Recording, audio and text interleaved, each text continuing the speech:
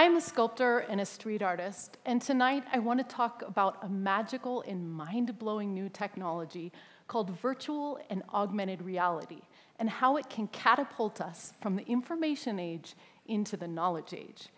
But before I talk about what's so incredible about this technology, I want to build some context around the discussion. I want to talk about my favorite four-letter word. We know where we are on the map. We're familiar with that. But very few of us have stepped back and seen where we are in time. And knowing that can give us clues as to what makes all of us sitting here today so special and so unlike any other humans that have come before us. And knowing what makes us different can help us see the challenges that we're going to face and the advantages that we can wield to create the world that we want, the future of our dreams. I want to start by taking a journey into the past. This is a street art piece I did comparing the time dinosaurs and humans have been on Earth. Each circle equals 1 million years, and we have 180 million years of dinosaurs and 3 dinosaur ages. And how long do you think Homo sapiens took? A quarter of a circle. As you can see, we literally just got here. I have to admit, dinosaurs seemed minimally important in my mind. I had no idea that Earth was their planet. So what have we done in this quarter of a circle? Well, we had a long period of the Stone Age, then the agricultural age and the industrial age, and all of you sitting here today ended up in that teeny tiny red square, the digital age, the information age. Now, what comes next is hotly debated. Will it be the virtual age, the experiential age, the space age, the superhuman, the maker, the nuclear? Well, I believe we will look back on this and call this the knowledge age, and possibly the wisdom age. In the last few generations, genius minds like Buckminster Fuller, Werner Vinge, Gordon Moore of the Moore's Law, Heidi and Alvin Toffler, and Ray Kurzweil started mapping progress over time, and they noticed patterns, and they realized something quite astounding. Whether you're talking about inventions on the periodic table, or computing, or patents, transistors, population, even TED viewership, we are seeing a trend toward exponential change. And what this means is, what happened in the last 10 years has nothing to do with what can happen in the next 10 years. So even if you understand this trend toward compound growth, if we don't find ways to visualize it, it's going to be hard to change our way of thinking. So let's go back to the street. Now, we as humans were able to run at a speed of 15 miles per hour, and we weren't able to go faster than that until finally we rode horses for 30 miles per hour. And we did that for thousands and thousands of years, and we couldn't go any faster. Until one day, we invented the Model T. How fast do you think that we can go today? 17,000 miles per hour in the space shuttle. This is what it would look like before we rode horses. And all of us ended up in what I call the jackpot generation. Now, let's look at this on a chart. We rode horses, and in a little over just 100 years, we went from cars to exploring outer space. Now, one of the things we're realizing is these trends are not just happening in technology, it's happening in companies and social structures. I mean, just look at decentralized ideas like Uber ride-sharing and couch surfing and Airbnb. It's causing social and legislative upheaval. I mean, we've all seen massive companies like Kodak and Blockbuster struggling to stay relevant. And look at food. You've got Coca-Cola selling vitamin water and McDonald's putting kale on the menu. So we have to find ways, even big things like big political parties and governmental systems, to transform themselves so they can change more quickly.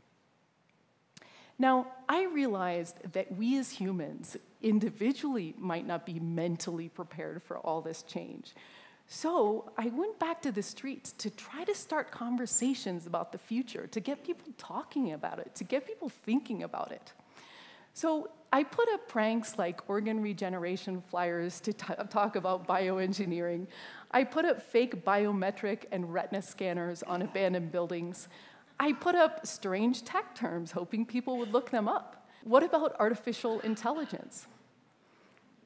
I created micro timelines and transformed fire into the modern microwave.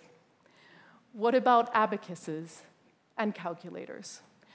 It's easy to feel nostalgic about the past because it's so familiar. But what's going to happen now that things are moving so quickly? I want to zoom in on a single innovation that I mentioned at the beginning of the talk. Virtual reality and augmented reality will change the way that you see and feel the world. It's hard to describe it, but basically you can take a cell phone or a tablet or headset and move around three-dimensional objects on top of space. And in the case of the latest augmented reality headsets, you can actually pick up virtual items and move them around. In the case of virtual reality, you can transport yourself to another time and place, put on a headset, and look around as if you're actually there. And the craziest part about this technology is very recently, it's gotten so advanced that when you put on a headset and the information is coming into your eyes, your brain and your subconscious is processing that information, and your body cannot tell that it's not real. So if you're standing on a cliff, your lizard brain won't let you jump. Now, this is a whole new operating system, just like the internet and cell phones have been. And we can hardly imagine our life without those. Well, this is going to be virtual living in every aspect of your life, from virtual banking to virtual learning, virtual travel, virtual shopping, virtual communication. Of course, virtual gaming, we can't forget that. I mean, it's going to totally revolutionize entire industries like construction, and it's already causing breakthroughs in mental and physical rehabilitation. Okay, so let's tackle the challenges and advantages of this new age. Starting with the advantages. Very expensive experiences and very expensive things become very inexpensive, replicable, shareable. And also, location no longer matters. Okay, we've always wanted as humans to transcend time and space. Well, virtual reality lets us do that. You can literally have great experiences anywhere, anytime, with your friends and family, no matter who you are or where you are on the world. Okay, so if you're a young girl in Kansas and you want to take a field trip to open an Egyptian tomb in the past for the very first time, you can. Want to see how beautiful Earth looks like from the moon, but you're not a billionaire living in the future? Want to eat dinner with friends and families, but they're 3,000 miles away? Want to recombine molecules, but you don't have a fancy lab? Virtual reality will let us learn, feel, remember, and process new ideas in a more experiential and deeper way. Okay? Humans were hardwired to learn by doing, and virtual reality lets us do that. Your mind and your body will feel like it was real, and it will be real. It's going to be a new real. Okay? We started out with data in the world, a bunch of facts and figures, and we organized that data into useful information, and we put that into stories and books and the internet. Well, now virtual reality can transform that information into knowledge. So Edgar Dale stated that after 2 weeks, the human brain remembers 10% of what it reads, 20% of what it hears, and 90% of what it does or simulates. So instead of cracking open a textbook and having to read complicated theories about physics and construction, we all become foremen. Okay, our learning is going to be faster and deeper. And the everyday person with augmented reality can now fix their fridge or their car, pulling in the exact information needed at the exact moment in time. Now, does anybody know the difference between knowledge and wisdom? Compassion.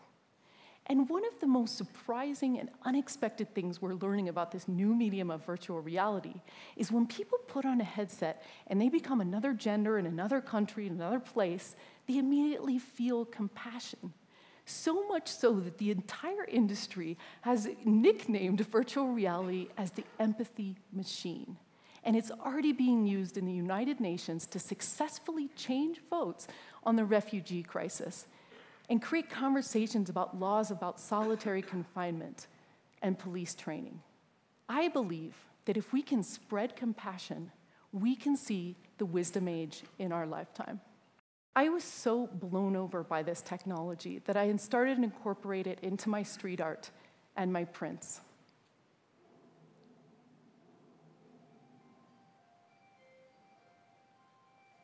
This is a headset-based art on top of art.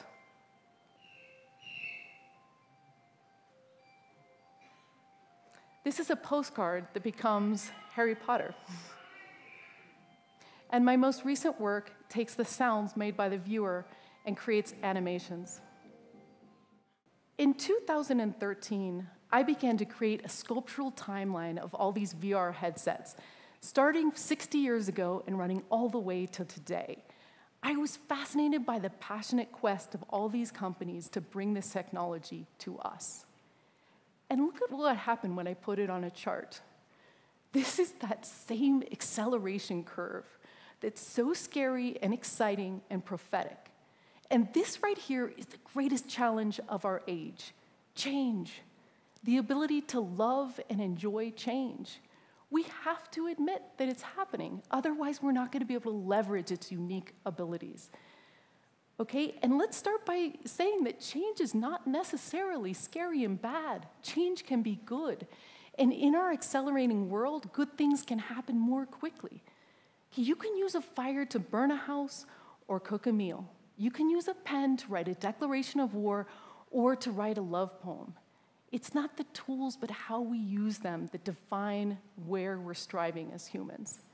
Okay, we've come from a world where only a few elite had access to handwritten books that were locked away, to a world where we can take out our second brain and read a book or write down an idea, and it can spread all over the world in a matter of days or hours or seconds.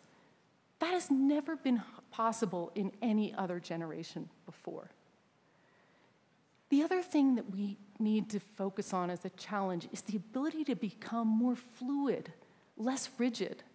I mean, I will admit, it's so hard for me to change my opinion about something that I've already decided upon.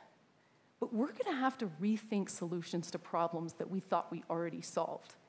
And nobody knows the mindset of this acrobatic reinvention better than the hardware engineers that are working so passionately to bring this revolution to us. The Toffler stated that the time between the original idea and mass adoption is now momentary. The typewriter was invented in 1714, but it was 150 years before the first model became available. Virtual reality took a third of that time. In part thanks to 3D printing, a single headset like this one from HTC Vive went from prototype to being sold in stores in a matter of years. Okay, this is what it takes to succeed in a changing world.